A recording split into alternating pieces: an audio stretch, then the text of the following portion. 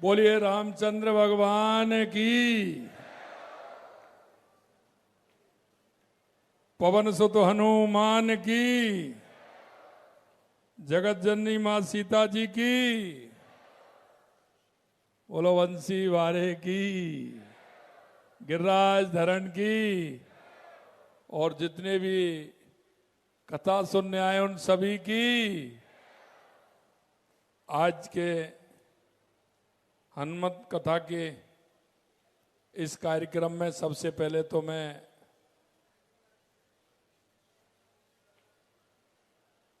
महाराज जी को प्रणाम करता हूं, उनको चरण वंदन करता हूं। और उसके बाद में आयोजकों को भी धन्यवाद देना चाहता हूं कि उन्होंने बहुत ही अच्छा कार्यक्रम यहां रखा है और जिसमें हमारे पीठाधीश्वर श्री बागेश्वर धाम सरकार, बोलिए बागेश्वर धाम की। ऐसे उसकी सरकार पंडित धीरेन्द्र कृष्ण शास्त्री जी, इन्होंने जो सनातन की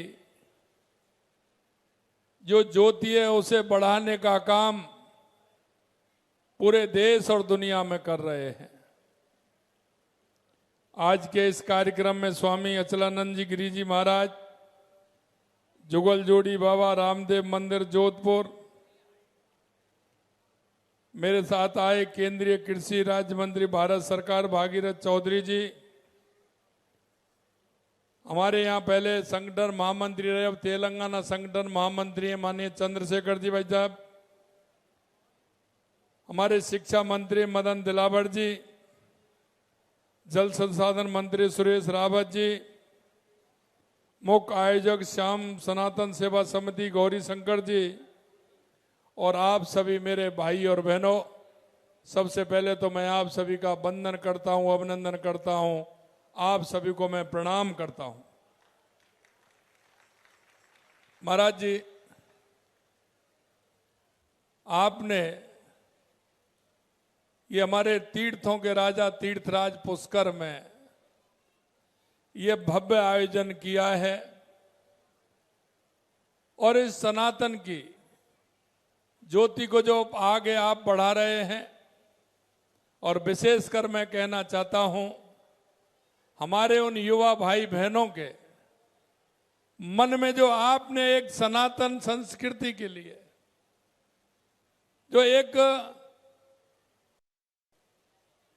जिस तरह से कि हमारे युवा भाई बहन पूरी तरह से हमारी सनातन संस्कृति को समझे, क्योंकि मैं देखता हूं कि वो आपको इतना फॉलो करते हैं, इतना देखते हैं, निश्चित रूप से आप परमपिता परमात्मा के वो भक्त हैं, वो गुरु हैं जो आप एक सनातन संस्कृति को हमारे युवाओं के दिलों में आगे बढ़ाने का काम कर रहे हैं।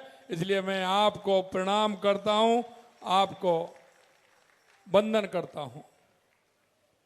महाराज जी, राजस्थान में आप आते हैं, निश्चित रूप से जहां आप जाते हैं वहां आप उस स्थान को, उस क्षेत्र को आप राम में बना देते हैं, हनुमान में बना देते हैं।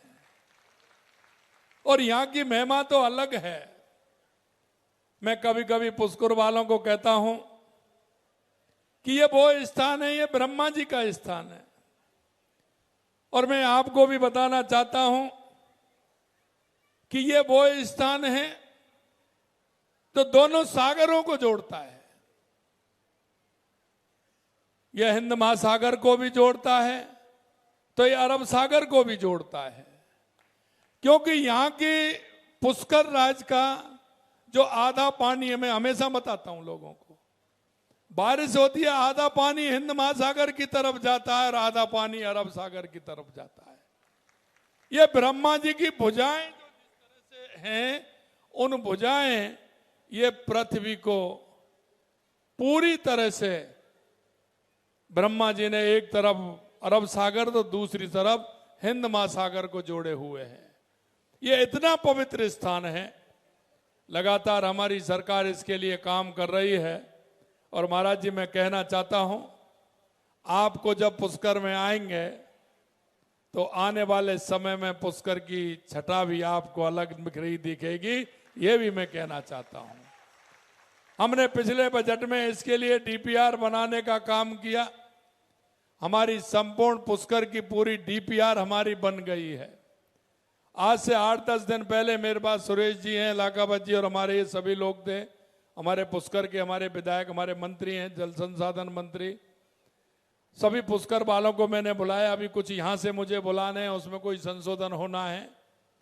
हमारे पुष्कर सरोवर से लेकर के, घाटों से लेकर के, रोड से लेकर के, बाजार से लेकर के, हम चाहते हैं कि हमारा ये तीर्थों का राज पुष्कर ये ऐसा बने कि लोग यहाँ अपने आप चले आए और हमारे तीर्थराज पुष्कर के दर्शन करें। हमने लगातार हम काम कर रहे हैं। हमने गिरिराज जी के लिए 400 करोड़ रुपए का प्रावधान रखा है, उसका काम हमारा चल रहा है। हमने जब भगवान कृष्ण मथुरा से संदीपन गुरु के आश्रम में उज्जैन गए थे, तो उसके लिए हमने कृष्ण गमन पथ बनाने का काम हम कर रहे हैं।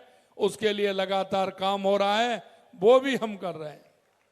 खाटू श्याम के मंदिर के लिए हमने अलग से पैसा दिया है और हमने हमारे जितने भी हमारे मंदिर हैं उनके लिए 100 करोड़ रुपए हमने दिया है, जिससे उन मंदिरों का पहले चरण में हम काम कर सकें, जो प्रमुख मंदिर हैं।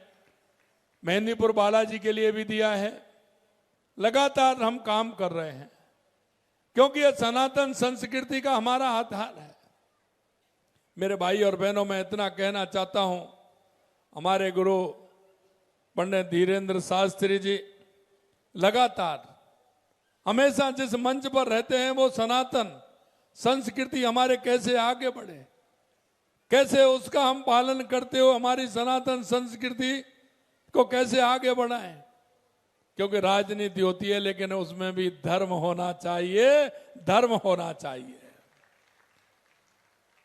क्योंकि कोई भी काम होता है वो जन के मानस का होना चाहिए।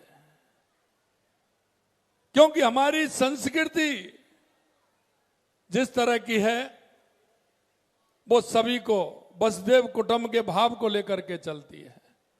हम सभी को साथ लेकर के चलते हैं। इसलिए महाराज जी, आप यहाँ पधारे हैं। मुझे जब मालूम हुआ तो 28 तारीख को माननीय हमारे यशस्वी प्रधानमंत्री जी हमारे अजमेर आ रहे हैं, तो उसकी तैयारी के लिए आया था। मेरे तो एक पंथ दो काज हो गए, वो मीटिंग भी हो गई और आपके दर्शन भी हो गए। और आपके दर्शन के साथ इतनी बड़े पांडाल में आप सभी के लिए सभी के दर्शन जो हुए हैं, उससे निश्चित रूप से मैं धन्य हुआ हूं। क्योंकि जनता का आशीर्वाद, जन का आशीर्वाद सबसे महत्वपूर्ण होता है। आज आपके माध्यम से मुझे जो इतना आशीर्वाद मिला है, निश्चित रूप से मैं धन्य हुआ हूं। मैं पुनः इतना ही कहना चाहता हूं कि हमारी सरकार लगातार हमारी संस्कृति के लिए, हमारे विचार के लिए, हमारे सनातन के लिए लगातार काम कर रही है। आपका आशीर्वाद और इसने आपका बना रहे, हमारे जन का बना रहे। निश्चित रूप से राजस्थान की जो संस्कृति है, शक्ति और भक्ति की धरती है, स्वाभिमान की धरती है, इसको और आगे बढ़ाने का हम काम करेंगे। आपने मेरे को ये समय दिया, इसके लिए मैं पुनः आपको बहुत बहुत धन्यवाद भी देता हूं और प्रणाम करता हूं। और एक बार आप सभी के चरणों में भी मैं प्रणाम करता हूं कि आपके दर्शन का लाभ मुझे मिला है। आप सभी को बहुत बहुत धन्यवाद। जय हिंद, जय भारत।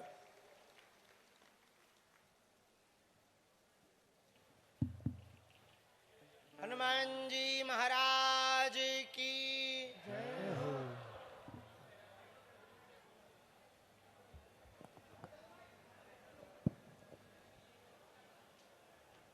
महाराज जी कह रहे थे, हाथगढ़ के अजमेर के महाराज जी, मैं भी सभी को आमंत्रित करता हूं कि 28 तारीख को दुनिया के सबसे बड़े नेता, देश के यशस्वी प्रधानमंत्री नरेंद्र मोदी जी पधार रहे हैं।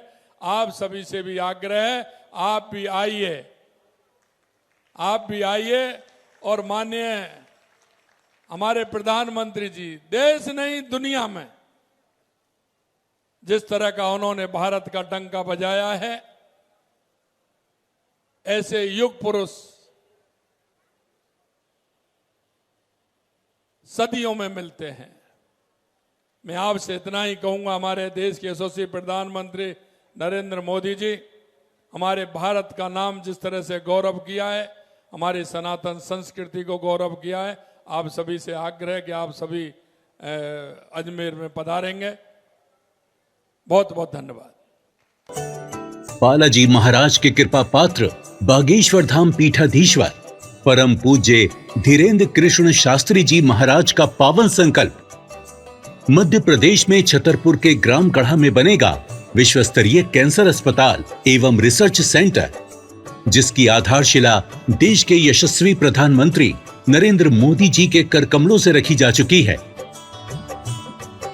200 करोड़ रुपए की लागत वाले 100 बेड के इस अस्पताल में गरीबों का होगा मुफ्त इलाज। ये बहुत बड़ा अवसर है, बहुत बड़ा काम है। संकल्प बड़ा हो, संतों के आशीर्वाद हो, प्रभु की कृपा हो, तो समय सीमा में सब पूर्ण होता है। हमारे प्रियजनों, बागेश्वर धाम पूरे भारत के लोगों, अभी तक अस्पतालों में मंदिर थे, अब मंदिर में अस्पताल होगा। कैंसर हॉस्पिटल निर्माण हेतु सहयोग देकर पुण्य के भागी बने।